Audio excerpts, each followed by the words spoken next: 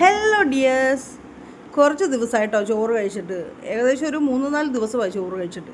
കാരണം ഞാൻ ഒരു ചെറിയൊരു യാത്രയിലൊക്കെ ആയിരുന്നു. അതുകൊണ്ട് വന്നപ്പോഴത്തേക്ക് കുറച്ച് കേര കിട്ടി. അന്നേരം കേര മേടിച്ചു, ചട്ടി അടുപ്പത്ത് വെച്ചു. ചട്ടി ചൂടായി, എണ്ണ ഒഴിച്ചു. അതിലേക്ക് ഇഞ്ചി, വെളുത്തുള്ളി, പച്ചമുളക്, ഉള്ളി, കറിവേപ്പില എല്ലാം കൂടിയിട്ട് നല്ലോണം വാട്ടി. അത് വാടിക്കൊണ്ടിരിക്കുന്ന സമയത്ത് തന്നെ ഒരു കുഴുവൻ കിണ്ണം എടുത്തിട്ട് അതിലേക്ക് മുളക് പൊടി, മല്ലിപ്പൊടി, മഞ്ഞൾപ്പൊടി, ഉലുവപ്പൊടി, കുരുമുളക് പൊടി ഇത്രയുമാണ് ഞാൻ ചേർക്കുന്നത്. ഉലുവ ഇട്ട് പൊട്ടിക്കുന്നത് പോരാഞ്ഞിട്ട് ഞാൻ കുറച്ച് ഉലുവ പൊടിയും കൂടെ ചേർക്കാറുണ്ട്. കാരണം അതെനിക്കൊരു ടേസ്റ്റ് ഉള്ളതായിട്ട് എപ്പോഴും തോന്നിയിട്ടുണ്ട്. മല്ലിപ്പൊടി ഇടാതെയും വയ്ക്കും, ഇട്ടും വയ്ക്കും. ഞാനിന്ന് മല്ലിപ്പൊടി ഇട്ടിട്ടാണ് കേട്ടോ വയ്ക്കുന്നത്. അതിലേക്ക് കുറച്ച് വെള്ളം, അതായത് ഒരു കുറുക്ക് പരുവത്തിലാകാനുള്ള വെള്ളം ഞാൻ ഒഴിച്ചു കൊടുക്കും. എന്നിട്ട് നല്ലപോലെ കട്ടയൊന്നുമില്ലാതെ നല്ലതുപോലെ സ്പൂൺ കൊണ്ട് നല്ലതുപോലെ ഇളക്കി കൊടുക്കും.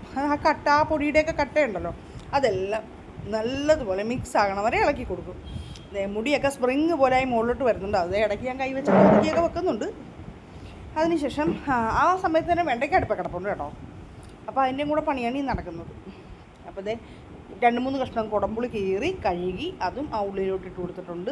അത് കഴിഞ്ഞ് ആ അരപ്പ് നമ്മൾ ഉള്ളിയുടെ കൂട്ടത്തിലോട്ടിട്ട് നല്ലോണം വഴറ്റിയെടുക്കുകയാണ്. ആ ഒരു പച്ചമണം മാറുന്നത് വരെ വഴറ്റിയെടുക്കുന്നുണ്ട്, നല്ലപോലെ വഴറ്റിയെടുക്കുന്നുണ്ട്. എന്നിട്ട് കെറ്റിൽ വെച്ച് വെള്ളം തിളപ്പിച്ചിട്ട് ഈ കറിക്കകത്തോട്ട് ചേർത്ത് കൊടുക്കുകയാണ് ചെയ്യുന്നത്. പച്ചവെള്ളം ചേർക്കുന്നതിലും നല്ലത് ചൂടുവെള്ളം ചേർക്കുന്നതായിട്ടാണ് എനിക്ക് തോന്നിയിട്ടുള്ളത്. എന്നിട്ട് ആവശ്യത്തിനുള്ള ഉപ്പ് ഒഴിച്ച് നല്ലതുപോലെ ഇളക്കി കൊടുത്ത് നല്ല തിള വന്നു കഴിയുമ്പോഴത്തേക്ക് കേരയുടെ കഷ്ണങ്ങൾ പറക്കി ഇടുകയാണ് ചെയ്യുന്നത്. ഇവിടെ സത്യം പറഞ്ഞാൽ മത്തിക്കും കേരയ്ക്കൊക്കെ ഇപ്പോൾ ഒരേ വിലയാണ്. അതുകൊണ്ട് മത്തി എല്ലാ ദിവസവും മത്തിയാണ്, മിക്കപ്പോഴും മത്തിയാണ് മേടിക്കുന്നത്. ഈ പട്ടിക്കും പൂച്ചയ്ക്കും ഒക്കെ കൊടുക്കാറുള്ളതുകൊണ്ട് ഇന്ന് സത്യം പറഞ്ഞാൽ ഒരു വെറൈറ്റി ആയിട്ട് 1 കിലോ കേര മേടിച്ചതാണ്.